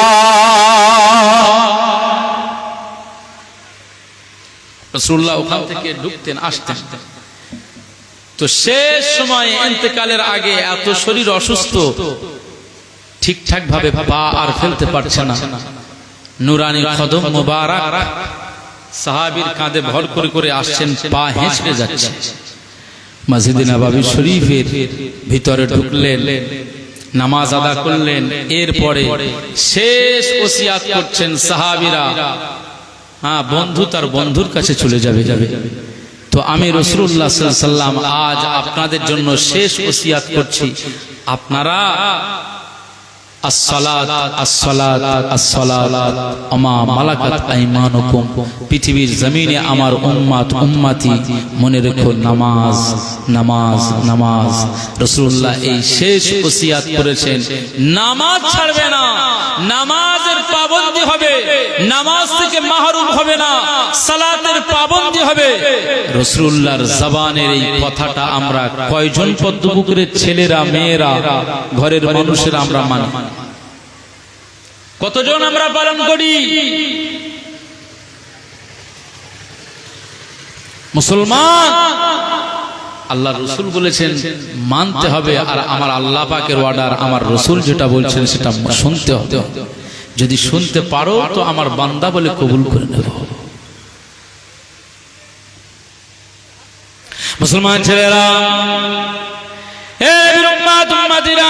খুব খেয়াল করে শুনুন, আল্লাহ নবী দিন ও দুনিয়ার বাদশা হাবিবুল্লাহ নবী জনাবে মুহাম্মদ রাসূলুল্লাহ সাল্লাল্লাহু আলাইহি ওয়াসাল্লাম আমাদের জন্য কিছু আদেশ করেছেন।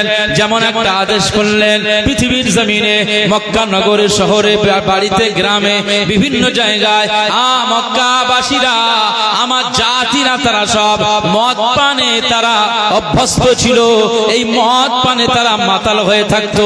আমি রাসূলুল্লাহ নিজে হাতে মদের গ্লাস আমি তাদের হাত থেকে ফেলে দিয়েছি, অর্থাৎ তারা ফেলে দিয়েছে, আমি রাসূলুল্লাহ সংগ্রাম করেছিলাম, তারা মদ খাওয়া ছেড়ে দিয়েছিল।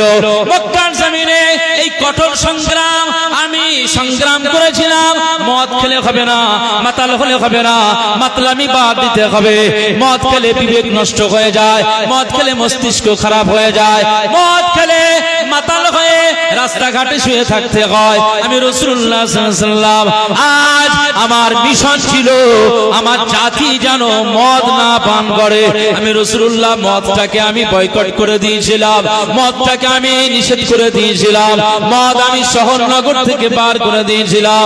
আমার যারা সাহাবীরা ছিল যারা একটু মদ পান করত, সব সাহাবীরা মদ পান করা বন্ধ করে দিয়েছিল।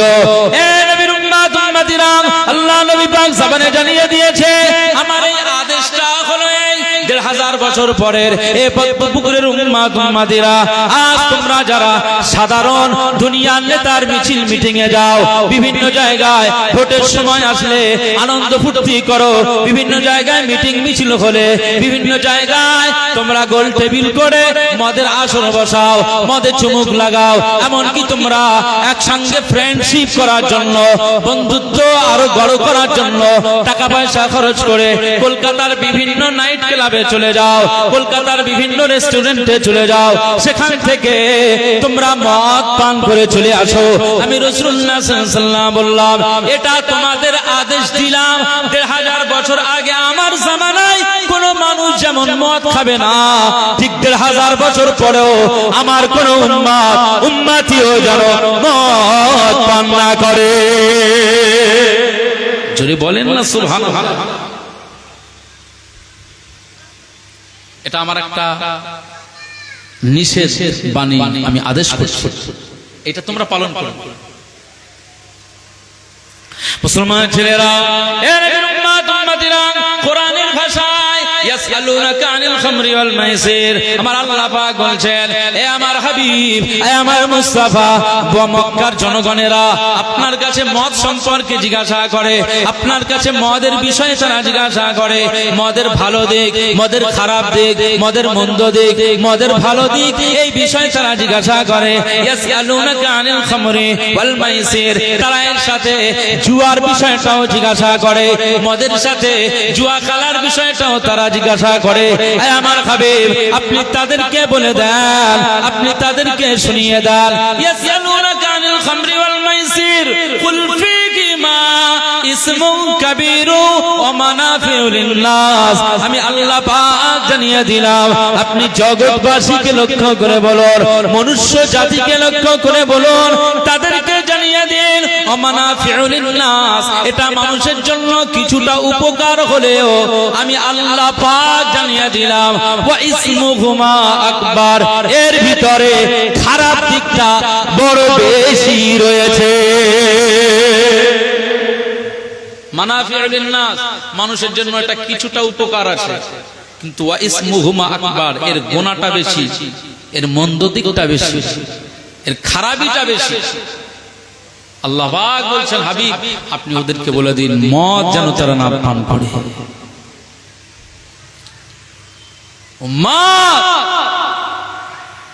মদের গ্লাস এখন আমার মুখ থেকে যায় যায়।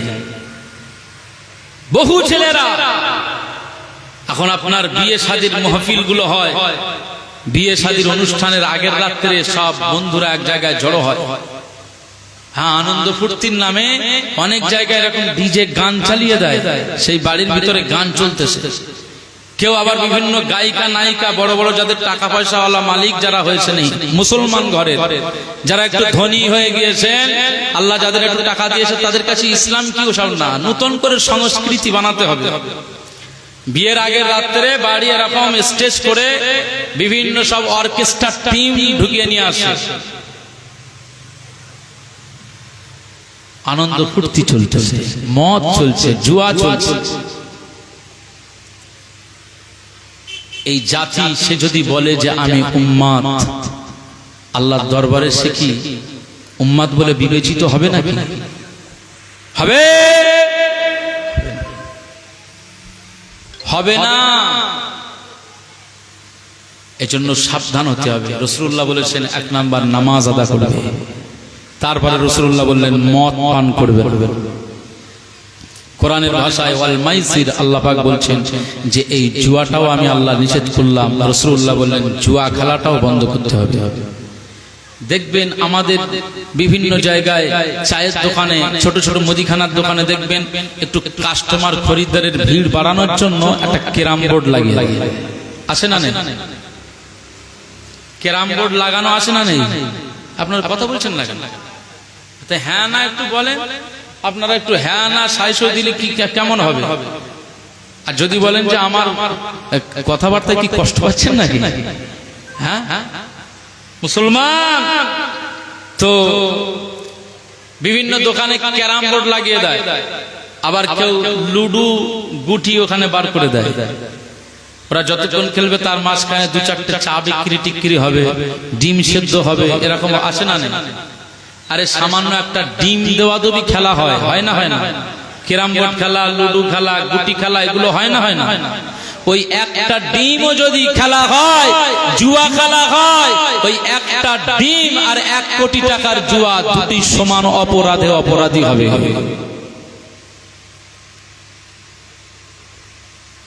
গ্রামের সব মনে করতেছে যে বিশাল একটা কিছু করে ফেলছে।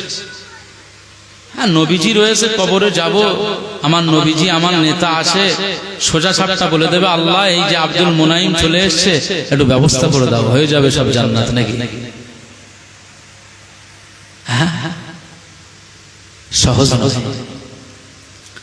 হযরত আবু হুরায়রা রাদিয়াল্লাহু আনহু হুজুরদের জীবনী এরকম পেটে পাথর, খাওয়া নেই, পাথর আমি পড়ছি আবু হুরায়রা হুজুর পেটে পাথর বেঁধেছেন শুধু ক্ষুধার জ্বালা নিবারণের জন্য, কিন্তু রাসূলুল্লাহর পিছু ছাড়েনি। রাসূলুল্লাহ যেখানে যান আবু হুরায়রা সেখানে যান, রাসূলুল্লাহ যেখানে যাচ্ছেন হযরত আবু হুরায়রা সেখানে যান। রাসূলুল্লাহ বলছেন যে কি ব্যাপার আবু হুরায়রা, তুমি আমাকে ছাড়া চলো না। আবু হুরায়রা বলছেন আপনি কোন কথা জবান থেকে বলছেন ওটাই আমি রেকর্ড করার জন্য, আমার মেমোরিতে আমি রেকর্ড করার জন্য আবু হুরায়রা মুস্তাফার দামান ধরে চলছে। বলুন সুবহানাল্লাহ। আমরা কোথায়?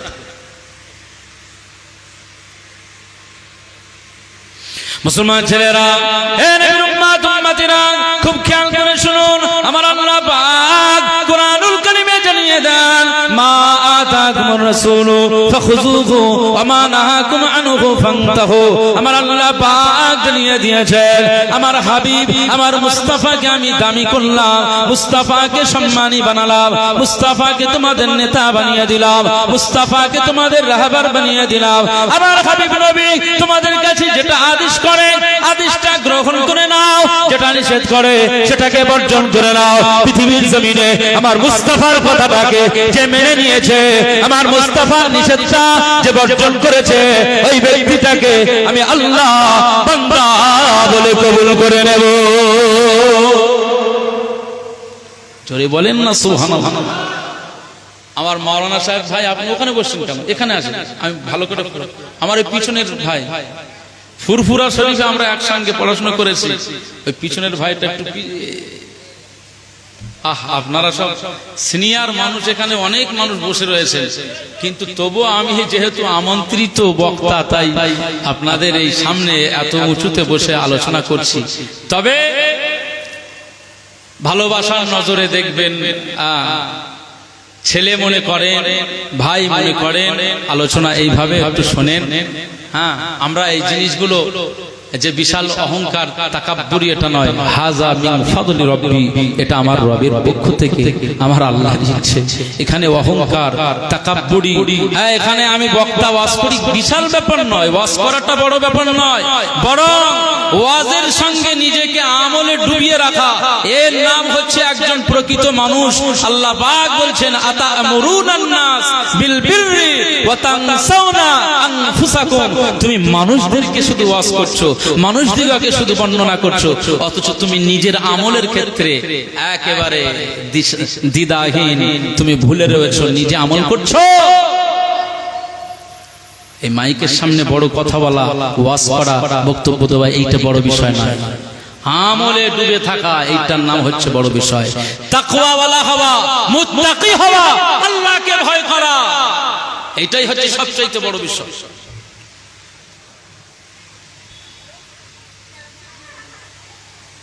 বহু বাড়িতে কুকুর পোষে, তো সেই রাস্তা দিয়ে গেলে কুকুর এত ঘেউ ঘেউ করে, বহু মানুষ রাতের বেলা জানে যে ওখানে সাবধান, কুকুরের কামড় ভয়, কুকুরের ডাকাডাকি সাবধান, এটা একটা ভয়।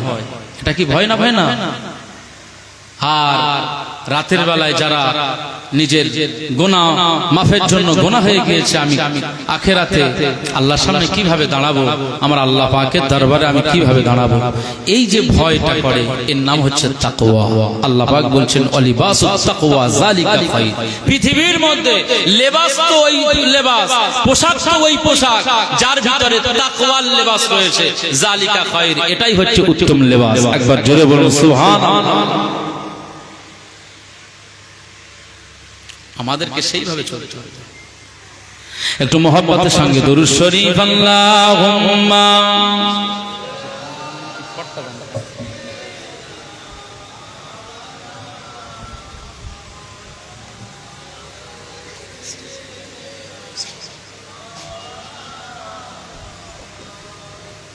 দরুদ শরীফ আল্লাহুম্মা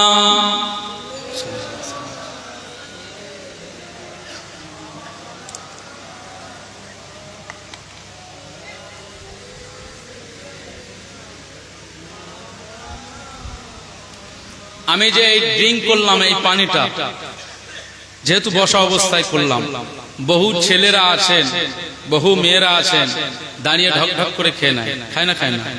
বহুজন আছেন বাম হাত দিয়ে খায় না খায় না, পানি পান করে না করে না। রাসূলুল্লাহ বলছেন বাম হাত দিয়ে খাওয়াটা শয়তানের আদর্শ, আর এই ডান হাত দিয়ে খাওয়াটা আমি রাসূলুল্লাহ আমার আদর্শ। একবার জোরে বলুন সুবহান। তাহলে আজকে আদর্শ নেওয়ার জন্য এখানে বসেছেন। এই জিনিসগুলো মহৎ বিষয়। আপনি ডান হাত দিয়ে পানি পান করুন, পানি পান বিসমিল্লাহ দিয়ে শুরু করুন, প্রতি ঢোকের শেষে আলহামদুলিল্লাহ বলে আল্লাহর প্রশংসা করে। বহু মরুভূমির জায়গায় পানি নেই, তারা পানি আনতে বহু দূরে যায়। পার্বত্য এলাকায় গিয়েছি, হিমাচল প্রদেশ, সেই উপরে বাড়ি করে রেখেছে, পাহাড়ের কিনারায় সব খাদে খাদে বাড়ি, সেখানে খাবার পানি নিচে থেকে তুলে তুলে নিয়ে যাচ্ছে কত কষ্ট করে। আর আজ আপনার হাতে পানি কত সহজে রয়েছে, পশ্চিমবাংলার মানুষরা কত আনন্দে রয়েছেন, কত সুখে রয়েছেন। এর জন্য ঢোক গিলবেন তো আলহামদুলিল্লাহ বলবেন। তবে দাঁড়িয়ে পানি পান করার অনুমতি রয়েছে, আপনি দাঁড়িয়ে পানি পান করবেন। কোন পানি? এক নাম্বার হচ্ছে জমজমের পানি, আর দ্বিতীয় নাম্বার পানি হচ্ছে ওযুর পরের পানি। দাঁড়িয়ে পান করা সুন্নাত, বলুন সুবহান। তাওয়াফ শেষ করে ওয়াজিব মাকামে ইব্রাহিমের কাছে 2 রাকাত নামাজ পড়তে হয়, ওয়াজিবুত তাওয়াফ। এই নামাজ পড়ে বলা হচ্ছে এবারে তুমি প্রাণ ভরে জমজমের পানি পান করে নাও। জমজমের পানির কি মূল্য, কি দাম, কি নিয়ামত, কি মর্যাদা, কি শান আল্লাহ দিয়েছে। এই জমজমের পানি, এই যে আমি এটা পানিটা এই দিক ফিরে খেলাম, আপনাদের কিবলা কোন দিকে? এই দিকে না এই দিকে? এই দিকে। তো জমজমের পানি ধরেন আপনি এই দিকে খেলেন, গোনা হবে না, কিন্তু বলা হচ্ছে আপনি যখন জমজমের পানি পান করবেন তো কিবলার দিকে দাঁড়িয়ে পানি পান করবেন, বলুন সুবহানাল্লাহ।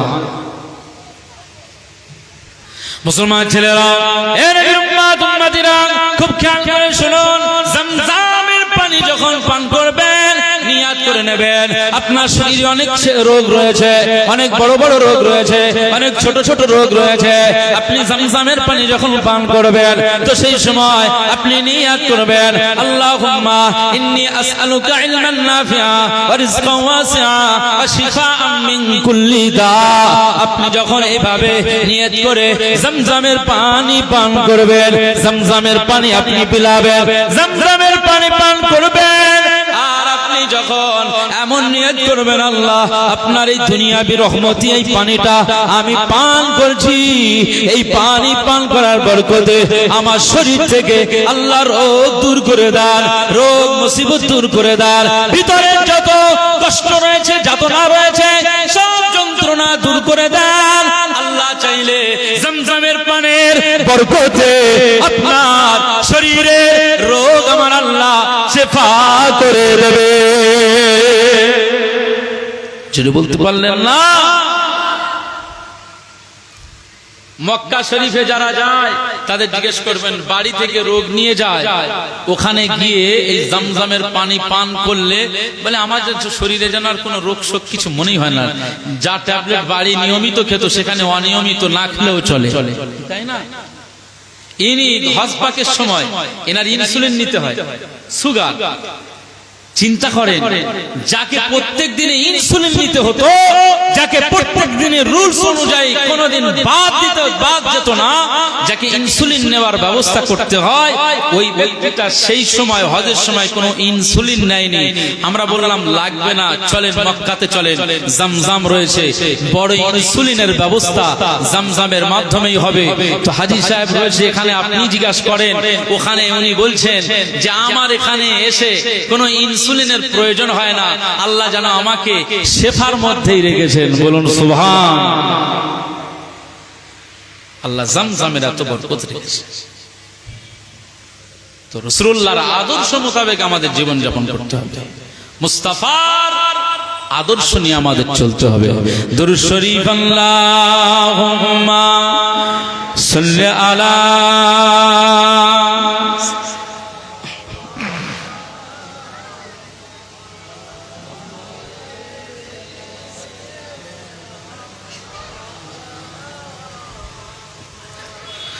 ঈদ মিলাদুন নবী, ঈদ মিলাদুন নবী, ঈদ মিলাদুন নবী, ঈদ মিলাদুন নবী। খুশিতে দোলে আজকে সৃষ্টির সবই, খুশিতে দোলে আজকে সৃষ্টির সবই। ঈদ মিলাদুন নবী, ঈদ মিলাদুন নবী, ঈদ মিলাদুন নবী, ঈদ মিলাদুন নবী। রহমত আলাম নূরে মুজাসসাম, সৃষ্টি তোমার নূরে আরশ কালাম। বলেন না সুবহানাল্লাহ, নারায়ে তাকবীর। রহমত আলাম নূরে মুজাসসাম, সৃষ্টি তোমার নূরে আরশ কালাম। রহমত আলাম নূরে মুজাসসাম, সৃষ্টি তোমার নূরে আরশ কালাম। ধরার বুকে এলে ও গো রবি, ধরার বুকে এলে ও গো রবি। ঈদ মিলাদুন নবী, ঈদ মিলাদুন নবী, ঈদ মিলাদুন নবী, ঈদ মিলাদুন নবী। খুশিতে দোলে আজকে সৃষ্টির সবই, খুশিতে দোলে আজকে সৃষ্টির সবই। ঈদ মিলাদুন নবী, ঈদ মিলাদুন নবী, ঈদ মিলাদুন নবী, ঈদ মিলাদুন নবী। আজকে ধরায় লাখো ফেরেশতায় মারহাবা ইয়া রাসূল সুরে সুরে গায়। আজকে ধরায় লাখো ফেরেশতায় মারহাবা ইয়া রাসূল সুরে সুরে গায়। গুন গুন নাত গায় ভোমরা সবই, গুন গুন নাত গায় ভোমরা সবই। ঈদ মিলাদুন নবী, ঈদ মিলাদুন নবী, ঈদ মিলাদুন নবী, ঈদ মিলাদুন নবী। খুশিতে দোলে আজকে সৃষ্টির সবই, খুশিতে দোলে আজকে সৃষ্টির সবই।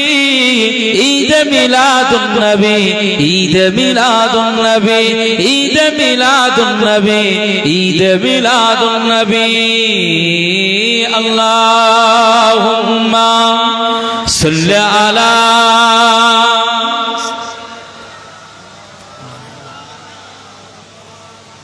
ওয়া আলা আলি সাইয়্যিদিনা।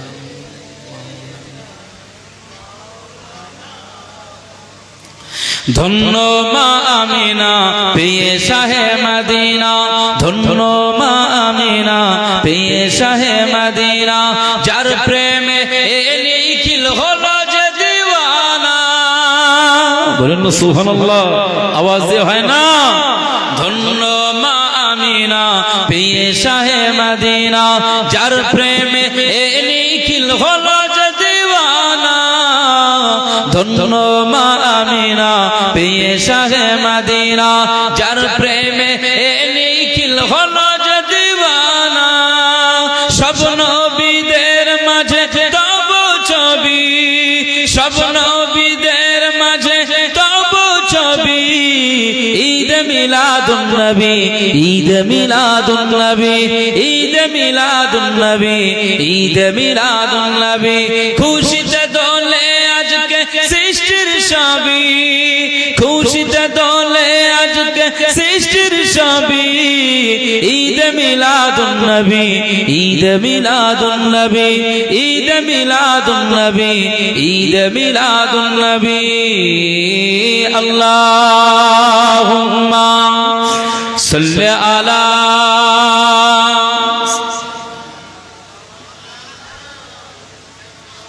ওয়া আলা আলি সাইয়্যিদিনা। তাকবীর দান, নারায়ে তাকবীর। সবাই মহব্বত তাকবীর দান, নারায়ে তাকবীর। আরে এই ভাইজানের দাওয়াত সব সময় পাওয়া যায় না, আপনারা পেয়েছেন এটাই শুকরিয়া। একটু তাকবীর দান, নারায়ে তাকবীর। আওলাদে মুজাদ্দিদুজ জামান, আওলাদে মুজাদ্দিদুজ জামান, আওলাদে মুজাদ্দিদুজ জামান।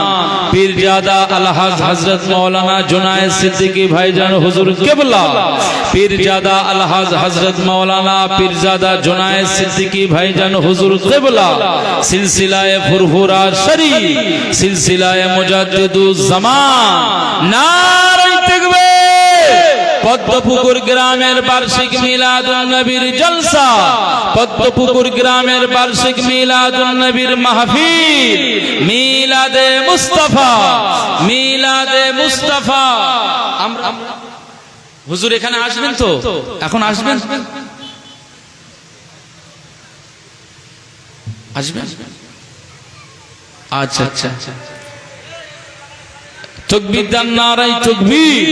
ভাইজান হুজুর কিবলা আওলাদে মুজাদ্দিদুজ জামান, আওলাদে মুজাদ্দিদুজ জামান, সিলসিলায়ে হক ফুরফুরা শরীফ, সিলসিলায়ে হক ফুরফুরা শরীফ, নারাই তাকবীর।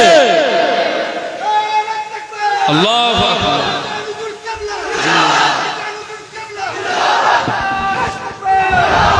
একটু সবাই দাঁড়িয়ে যান, সবাই দাঁড়িয়ে যান, সবাই দাঁড়িয়ে যান।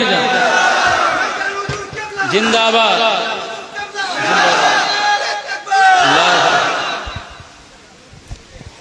ভাইজান হুজুর কিবলা